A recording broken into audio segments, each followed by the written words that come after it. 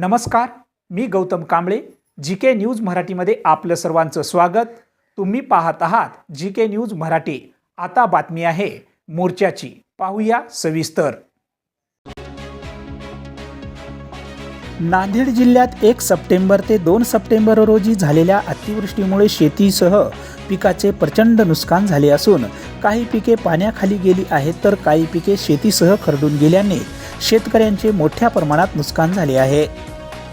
त्यातच सर्वाधिक नुकसान हे हदगाव आणि हिमायतनगर तालुक्यात झाले असून शासनाने शेतकऱ्यांना तात्काळ सरसकट 50,000 रुपये आर्थिक मदत करावी.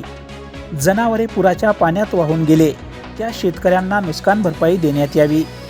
पीक विम्याची रक्कम तात्काळ देण्यात यावी. अनेक शेतकऱ्यांच्या घराचे देखील मोठ्या प्रमाणात नुकसान झाले आहे. या शेतकऱ्यांना देखील सानुग्रह अनुदानातून तात्काळ मदत करावी.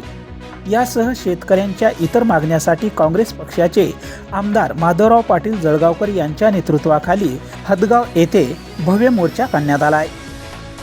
हदगाव शहरातील जुने तहसील ते तहसील कार्यालयापर्यंत हा मोर्चा काढण्यात आला असून या मोर्चात शेतकरी आणि काँग्रेस पक्षाचे पदाधिकारी कार्यकर्ते मोठ्या संख्येने सहभागी झाले होते.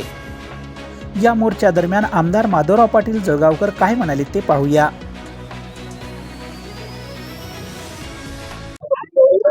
आज जवळपास 8-10 दिवसापासून हदगाव मतदारसंघामध्ये, हदगाव हिमायतनगर मतदारसंघामध्ये जे पूरहानी झाली, त्या पूरहानीमधून आणि जास्तीचा पाऊस झाल्यामुळं आज मला काही मंडळामध्ये आमच्या जवळपास एका 24 तासामध्ये 100 मिलीमीटरच्या वर पाऊस झाला आणि शासन म्हणतो की 65 मिलीमीटर झाला इतकं दुष्काळ होतो.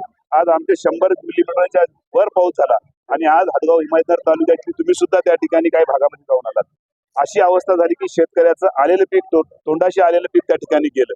तर आमचं शासनाला आपल्या माध्यमातून एवढीच त्या ठिकाणी म्हणणं राहील की तात्काळ शासनाने हे देऊत करूत नाही, तात्काळ या 8 दिवसामध्ये सरसकट शेतकऱ्या ठिकाणी 50,000 रुपयाची मदत त्या ठिकाणी करावी.